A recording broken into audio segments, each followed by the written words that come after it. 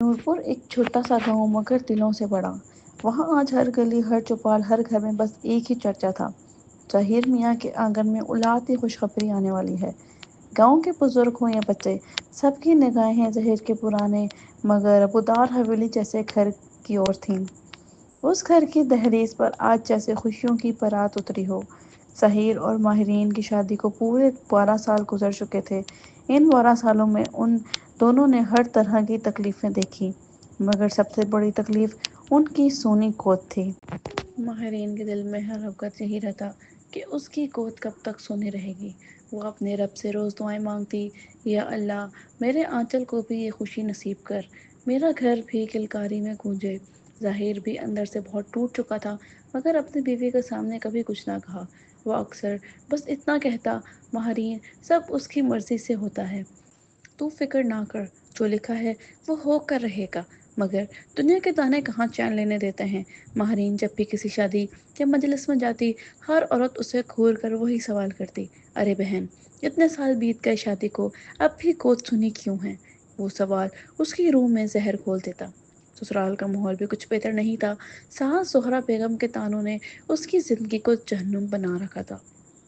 زہرا اکثر بہو کو سناتی: مجھے کیا پتا تھا ایسی منحوس بہو لے کر آؤں گی جو میرے بیٹے کو باپ بننے کا سکھ بھی نہیں دے سکے گی۔ پتہ نہیں کون سا گناہ کیا تھا میں نے جو دن دیکھنا پڑ رہا ہے۔ ماہرین چپ رہتی، سب سنتی، مگر کبھی پلٹ کر جواب نہیں دیتی۔ اس کی محبت، اس کے صبر کو پورا گاؤں مانتا تھا۔ ماہرین بڑی نیک دل اور ہمسکھ عورت تھی۔ محلے کی ہر عورت اس سے بہن سے مانتی تھی۔ اس کے میٹھے بول، اس کی دریا دلی سب کو بھاتی تھی، مگر اس سب کے باوجود اس کے دل میں بس ایک ہی تھی کہ میں کب ماں بنوں گی۔ ایک دن گلگاؤں میں ایک درویش بابا آئے، جن کی عمر کا اندازہ لگانا مشکل تھا۔ لمبی سفید داڑھی، جھریوں سے بھرا چہرہ، مگر آنکھیں جیسی گہرا سمندر۔ ماہرین نے انہیں دیکھا تو دل سے نکلا: اے بابا، اندر آئیں۔ اس نے بابے کو کھانا دیا، پانی پلایا، کچھ روپے بھی رکھے، اور پھر خود سے روک رہ نہیں سکی، اس نے تبادلی آنکھوں سے کہا: بابا، میرے لیے دعا کر دیجئے، میری گود سونی ہے، اب تو دل گھبرا جاتا ہے۔ درویش بابا نے اس کے ماتھے پر ہاتھ پھیرا، اس کی بھیگی آنکھوں میں جھانکا اور مسکرا کر بولا: بیٹا، اللہ کی رحمت میں دیر ہو سکتی ہے، لیکن انکاری نہیں۔ تیری گود بہت جلد بھرے گی، وہ بھی ایسی اولاد سے جو نور کی طرح چمکے گی۔ اس کی بیٹی۔ ان کی بات ماہرین کے دل پہ جا لگی۔ کہتے ہیں کبھی کبھی دعاؤں میں اصلی تاثیر ہوتی ہے، یہ قسمت بھی کروٹ بدل لیتی ہے۔ 2 مہینے کے اندر ہی ماہرین کی گود میں نئی روح آ گئی۔ یہ خبر جنگل میں آگ کی طرح پھیل گئی۔ ظہیر کی مانو دنیا ہی بدل گئی تھی۔ زہرا بیگم بھی اس خبر سے بے حد خوش ہو گئی، اور پھر دن آیا جب پورے گلگاؤں میں وہ خوش دیکھی جس کا برسوں سے انتظار تھا۔ ماہرین نے ایک ننھی معصوم بچی کو جنم دیا۔ اس بچے کی خوبصورتی دیکھ کر گاؤں والے حیران رہ گئے۔ چہرہ دودھ سے بھی زیادہ اوجل، ہونٹ گلابی جیسے کھلی ہوئی کلی، اور آنکھیں اتنی گہری کہ جیسے دل میں اتر جائے۔ ظہیر نے اپنی پیاری بیٹی کا نام رکھا نور۔ نور کے آنے سے ماہرین کی زندگی جیسے جنت بن گئی تھی۔ زہرا بیگم نے بھی اپنی بہو کو گلے سے لگا لیا۔ اب وہی ماہرین جسے لوگ طعنے دیتے تھے، آج اس کو مبارکباد دینے آ رہے تھے۔ ظہیر نے پورے گاؤں میں مٹھائی بانٹی، سب لوگ مبارکباد دے رہے تھے۔ نور گاؤں کی آنکھوں کا تارا بن گئی۔ وقت گزرتا گیا، نور لاڈ پیار میں بڑی ہو گئی۔ اس نے دینی تعلیم بھی لی اور دنیاوی تعلیم بھی۔ نور شرارتی تھی، مگر اس کی ہنسی ایسی تھی کہ ہر کوئی اس کے ساتھ ہنس پڑے۔ اس کی سب سے پکی دوستیں سحر اور ملیحہ، تینوں کی دوستی پورے گاؤں میں مشہور تھی۔ ایک دن نور نے اپنی سہیلیوں سے کہا: دوستوں، آج بہت دل کر رہا ہے کہ کچھ تفریح کرنے کا۔ چلو گاؤں کے باہر گھومنے چلتے ہیں۔ سحر نے کہا: ہاں، میرا بھی دل ہو رہا ہے، اور جانتے ہو، آج میرا دل جامن کھانے کو کر رہا ہے۔ چلو اس پرانے باغ میں چلیں، وہیں جامن کا پیڑ ہے۔ سب چل پڑے، مگر ملیحہ کا چہرہ ڈر سے اتر گیا۔ اس نے کمکماتی آواز میں کہا: نہیں نہیں، وہ پرانا باغ بہت ڈراؤنا ہے، سب کہتے ہیں وہاں جگہ جناتوں کی ہے، بہت سی چیزیں وہاں دیکھی گئی ہیں، خاص کر ہم لڑکیوں کو تو وہاں جانے سے منع کیا جاتا ہے۔ مگر نور اور سحر کو تو بس پرواہ ہی نہیں تھی۔ انہوں نے کہا کہ کچھ نہیں ہوتا، آؤ ملیحہ، ہم سب چلتے ہیں، ایسے ہی لوگوں کی باتیں ہیں، ہمیں کون سا وہاں رات گزارنی ہے۔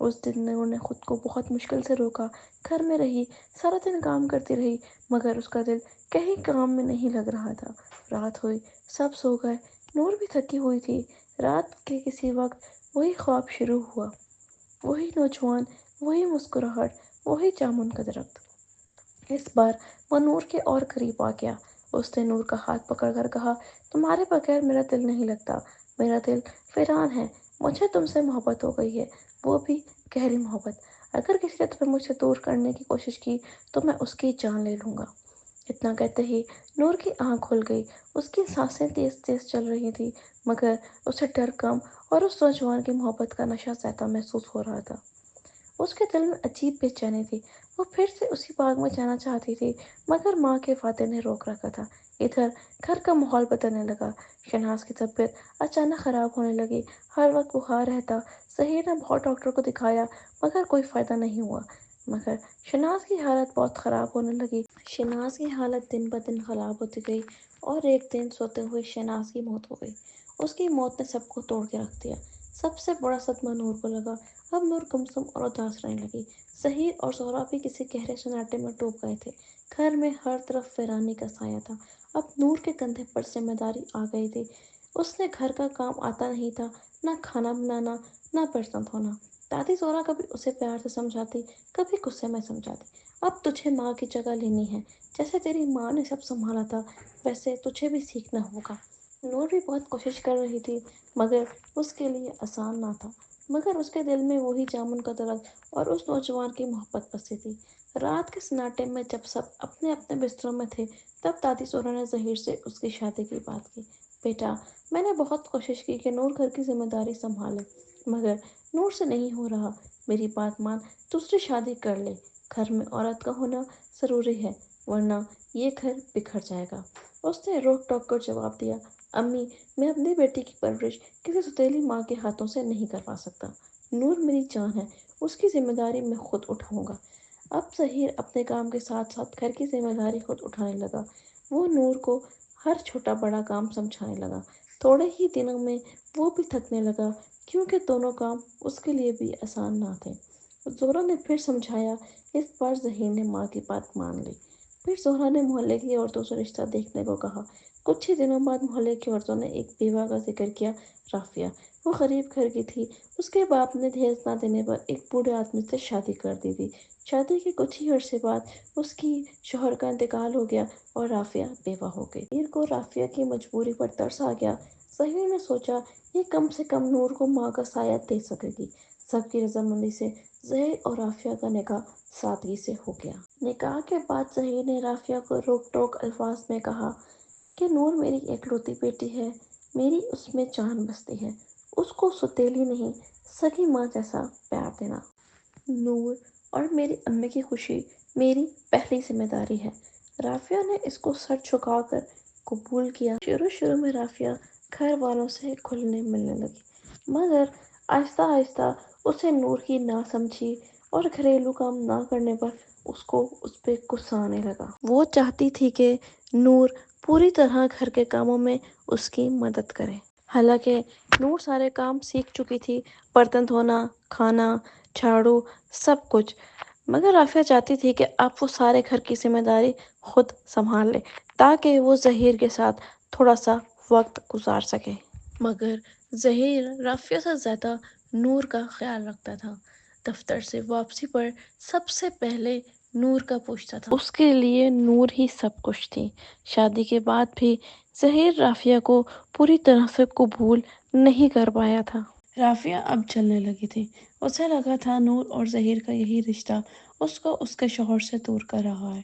آہستہ آہستہ رافیہ نے سوتیلی ماں کا اصلی روپ دکھانا شروع کر دیا۔ اب وہ دن رات نور سے کام کروانے لگی، اسے تانا دینے لگی، اس کی میٹھی باتیں کڑوے لہجے میں بتانے لگی۔ ایک دن تو حد ہی ہوگی۔ رافیہ نے غصے میں آ کر نور پر ہاتھ اٹھایا۔ اس کے گال پر اس کی انگلیوں کے نشان پڑ گئے۔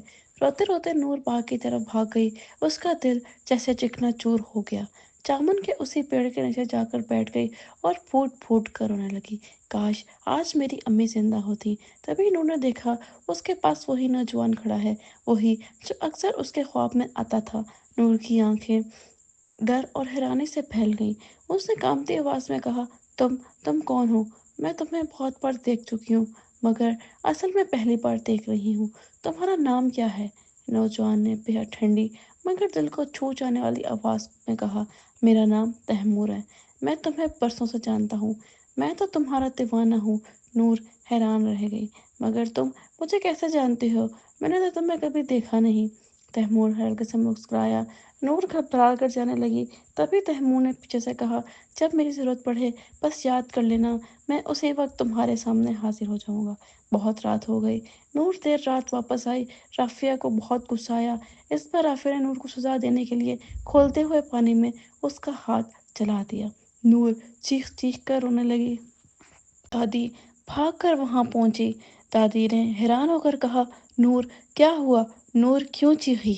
جیسے ہی نور جواب دیتی، رافیہ فوراً سے بولی، میں نے تو پہلے ہی منع کیا تھا، مگر میری بات نہیں مانی۔ اب دیکھو اس نے اپنا ہاتھ جلا لیا۔ نور درد سے تڑپ رہی تھی، مگر اس کی زبان اب بھی خاموش تھی۔ نور رافیہ سے اتنا ڈر چکی تھی کہ اس کے سامنے کچھ بول بھی نہیں سکتی تھی۔ نور چپ کر اپنے کمرے میں چلی گئی اور وہاں بیٹھ کر رونے لگی۔ روتے روتے اس کو تیمور کی یاد آئی۔ جیسے ہی نور کے دل میں تیمور کا خیال آیا، تیمور نور کے روم میں اچانک حاضر ہو گیا۔ نور دیکھ کر حیران رہ گئی۔ تم کیسے آئے؟ تمہیں میرے گھر کا پتہ کس نے دیا؟ تیمور نے بڑے ہی ٹھنڈے لہجے میں کہا، میں نے کہا تھا نا، جب تم مجھے یاد کرو گی میں تمہارے سامنے آ جاؤں گا۔ تیمور نے نور کے آنسو صاف کیے اور کہا، میں تمہیں یہاں سے لے جاؤں گا، تم بس مجھ پر یقین رکھو۔ اتنے میں دروازہ بجنے کی آواز آئی، نور دروازہ کھولو۔ نور کے ہوش اڑ گئے۔ نور نے کہا، جلدی جلدی یہاں سے چلے جاؤ۔ اس نے جیسے ہی پیچھے مڑ کر دیکھا، تیمور جا چکا تھا۔ نور حیران رہ گئی۔ ظہیر جیسے ہی نور کے کمرے میں آیا، اس کا جلا ہاتھ دیکھ کر ظہیر کی آنکھیں بھر آئیں۔ تمہاری ماں تمہیں پھول کی طرح رکھتی تھی، آج اس کی کمی تمہیں کتنا درد دے رہی ہے۔ دونوں باپ بیٹی گلے رکھ کر پھوٹ پھوٹ کر رونے لگے۔ سب اپنے کمرے میں جا کر سو چکے تھے، مگر نور کو نیند نہیں آ رہی تھی۔ اس کو تیمور اور اس کی باتیں بے چین کر رہی تھی۔ رات کے 2-3 بج رہے تھے کہ اچانک اس کے کمرے میں ایک خوشبو نما دھواں اٹھا۔ اس دھوئیں میں سے ایک دم تیمور حاضر ہو گیا۔ تیمور نے نور کا ہاتھ پکڑا۔ تیمور نے نور کا جلا ہوا ہاتھ اپنے ہاتھ میں لیا اور دھیرے دھیرے اس کے زخم پر ہاتھ پھیرنے لگا۔ نور نے گھبرا کر ہاتھ پیچھے کھینچ لیا اور بولی، تمہیں یہاں نہیں آنا چاہیے، ہمارا کوئی رشتہ نہیں ہے۔